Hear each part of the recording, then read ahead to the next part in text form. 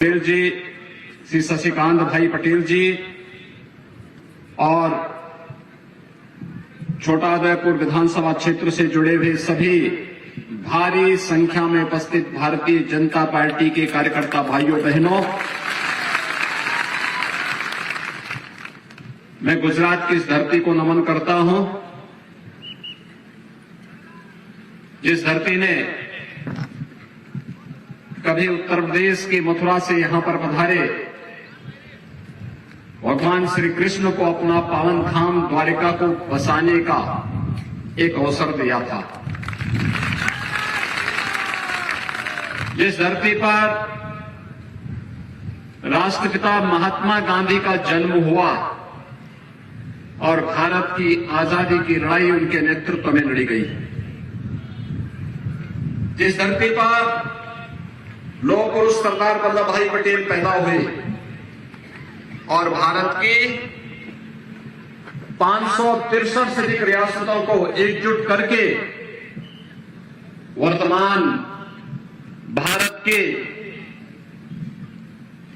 इस विराट गणराज्य को बनाने में जिनकी महती भूमिका थी, मैं इस धरती को नमन करता हूं, जिन्होंने नरेंद्र भाई मोदी जैसा यशस्वी प्रधानमंत्री भारत को दिया है,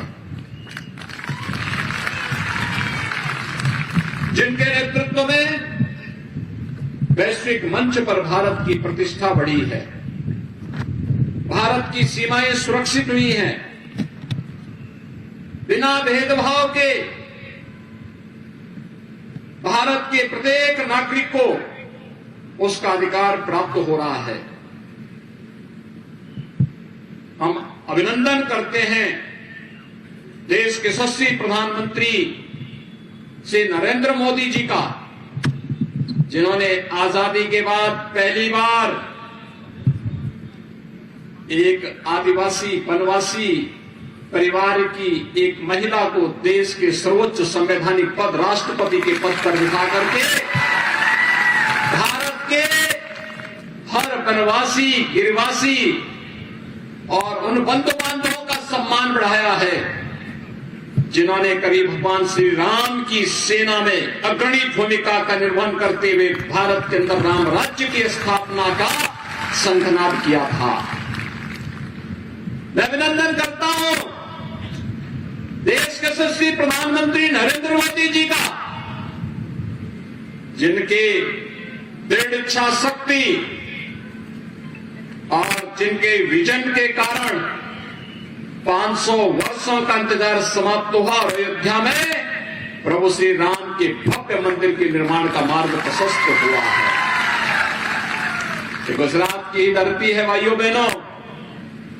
अगर 1947 में भारत के सभी गणराज्यों को एकीकरण करने में इसी माटी के सपूत सरदार वल्लभ भाई पटेल ने अपनी दूरदर्शिता और दृढ़ इच्छा शक्ति का परिचय दिया, तो सन 2019 में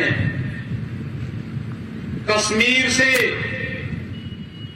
आतंकवाद की पर्याय बनी धारा 370 को हटाने के लिए प्रधानमंत्री मोदी जी के मार्गदर्शन में इसी धरती माटी के सपूत भारत के लोकप्रिय और यशस्वी गृह मंत्री श्री अमित भाई शाह जी ने जिस दृढ़ इच्छा शक्ति के साथ कश्मीर से धारा 370 को समाप्त किया है, भाइयों बहनों, आतंकवाद की ताबूत पर वह अंतिम कील है और आतंकवाद और नक्सलवाद का खात्मा हमेशा के लिए होगा। भाइयों बहनों, जब ये देश आजादी का अमृत महोत्सव मना रहा है, आजादी के अमृत महोत्सव के वर्ष पर भारत का, जिस ब्रिटेन ने भारत पर 200 वर्षों तक शासन किया, उस ब्रिटेन को पछाड़ करके भारत का दुनिया का 5वीं अर्थव्यवस्था बनना, यह आर्थिक क्षेत्र में प्रधानमंत्री मोदी जी के नेतृत्व में भारत के वित्तीय प्रबंधन का बेहतरीन उदाहरण है और भारत दुनिया की सबसे बड़ी आर्थिक ताकत बनेगा, इसमें अब कोई संदेह किसी को नहीं होना चाहिए। आज हर एक क्षेत्र में भारत आगे बढ़ रहा है और खासतौर पर बिना भेदभाव के शासन की योजनाओं का लाभ प्रत्येक तबके को मिलना। वो भारत का किसी भी जाति, किसी भी मत, किसी भी मजहब, किसी भी क्षेत्र, किसी भी भाषा का हो, बिना भेदभाव के शासन की योजनाओं का लाभ सबको मिल रहा है। हम विकास कराएंगे सबका, लेकिन तुष्टीकरण किसी का नहीं करेंगे। यह आज भारतीय जनता पार्टी का संकल्प है और प्रधानमंत्री मोदी जी के नेतृत्व में इसी संकल्प को लेकर के आज भारतीय जनता पार्टी कार्य कर रही है और मैं भी आज आपके बीच इसी संकल्प के साथ आया हूं। भाइयों बहनों, आपने देखा होगा तमाम दल आते हैं, चुनाव के समय बड़ी बड़ी घोषणाएं करते हैं, लेकिन जो संकट के समय आपका साथी है वही आपका सच्चा साथी है। और संकट के समय में आपने देखा होगा इस सदी की सबसे बड़ी महामारी कोरोना महामारी आई थी। कोरोना महामारी के दौरान आपने देखा होगा फ्री में टेस्ट, फ्री में उपचार, फ्री में वैक्सीन और हर गरीब परिवार को, हर वनवासी परिवार को, हर अनुसूचित जाति के परिवार को, देश के अंदर 80 करोड़ परिवारों को, 80 करोड़ लोगों को फ्री में राशन देने का काम भी प्रधानमंत्री मोदी जी ने किया। फ्री में वैक्सीन देने का काम भी किया। भाइयों बहनों, मैं आपसे पूछना चाहता हूं, अगर कांग्रेस की सरकार होती तो भाइयों बहनों राशन का पैसा भी खा जाते और वैक्सीन का पैसा भी सब खा जाते, किसी गरीब को नहीं मिलता। आज तो हर गरीब को आवास उपलब्ध हो रहा है, प्रधानमंत्री आवास योजना का लाभ मिल रहा है। आज हर गरीब को हर घर नल की योजना का लाभ मिल रहा है। आज हर गरीब के घर में बिजली का लट्टू चल रहा है। आज हर गरीब को राशन की सुविधा का लाभ मिल रहा है। और वन बंधु कार्यक्रम के अंतर्गत हर वनवासी बंधु को, जनजातीय बंधु को शासन की योजना के साथ जोड़ करके आज लाखों करोड़ रुपए उनके उन्नयन के लिए गुजरात के अंदर भूपेंद्र भाई पटेल के नेतृत्व की भारतीय जनता पार्टी की सरकार उनके उन्नयन के लिए कार्य कर रही है। आज भाइयों बहनों, गुजरात के अंदर निराश्रित महिला पेंशन, विधवा महिला पेंशन हो, वृद्धावस्था पेंशन का लाभ हो, दिव्यांगजनों को मिलने वाली पेंशन की सुविधा का लाभ हो, बिना भेदभाव के योजनाओं का लाभ उपलब्ध कराया जा रहा है। और यही नहीं, एक और भारत के सर्वोच्च संवैधानिक पद पर, देश के राष्ट्रपति के पद पर एक वनवासी और जनजातीय परिवार से जुड़ी हुई श्रीमती द्रौपदी मुर्मू जी को देश का राष्ट्रपति बना करके भारत का गौरव बढ़ाने का काम प्रधानमंत्री मोदी जी के नेतृत्व में हुआ है।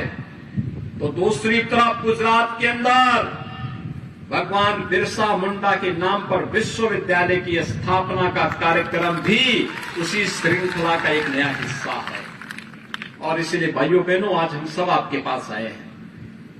मैं आप सबसे ये अपील करने के लिए आया हूं कि भाइयों बहनों, क्या कांग्रेस कश्मीर से धारा 370 को हटा पाती? मैं आपसे पूछना चाहता हूं, क्या वो हटा पाती? क्या अयोध्या में राम मंदिर का निर्माण कांग्रेस कर पाती? और क्या कांग्रेस सरदार साहब का जो सबसे बड़ी प्रतिमा बनी है गुजरात में, प्रधानमंत्री मोदी जी ने बनाया है, क्या कांग्रेस बना पाती? कांग्रेस ने तो सरदार साहब को भी सम्मान नहीं दिया और बाबा साहब भीमराव अंबेडकर को भी सम्मान नहीं दिया। बाबा साहब भीमराव अंबेडकर से जुड़े हुए पंच तीर्थों का निर्माण भी प्रधानमंत्री मोदी जी के मार्गदर्शन और नेतृत्व में हुआ है। आज जनजातीय बंधुओं को छात्रावास की सुविधा हो, स्कॉलरशिप की सुविधा हो, इन सभी प्रकार की सुविधाओं का लाभ अगर कोई दे रहा है तो भारतीय जनता पार्टी के नेतृत्व की डबल इंजन की सरकार दे रही है। दिल्ली में नरेंद्र भाई मोदी जी के नेतृत्व की भारतीय जनता पार्टी की सरकार है। गुजरात के अंदर श्री भूपेंद्र भाई पटेल के नेतृत्व की सरकार है। ये डबल इंजन की सरकार जब चलेगी तो बुलेट ट्रेन के रूप में विकास के कार्यों को भी लेकर के आगे बढ़ती है और बुलेट ट्रेन की तर्ज पर ही विकास का कार्य होना चाहिए। ये विकास हम सबके जीवन का आधार बनेगा और इसीलिए आज मैं आपके बीच कहने के लिए आया हूं। भाइयों बहनों, गुजरात में क्या होता था? भारतीय जनता पार्टी की सरकार आने के पहले, नरेंद्र भाई मोदी जी के प्रधानमंत्री बनने के पहले, मुख्यमंत्री बनने के पहले गुजरात में क्या होता था?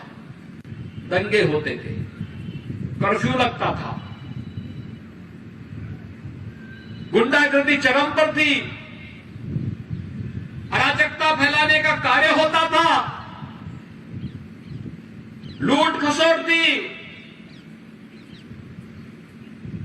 पिछले 20 वर्षों के अंदर गुजरात में कोई कर्फ्यू नहीं, कोई दंगा नहीं।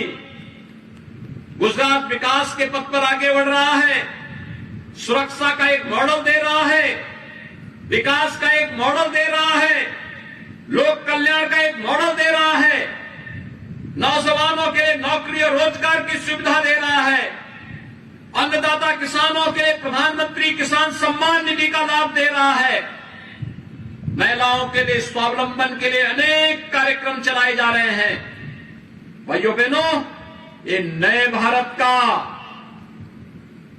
एक नया गुजरात है और इसीलिए तो हर गुजराती कह पड़ता है, जय जय गरवी गुजरात।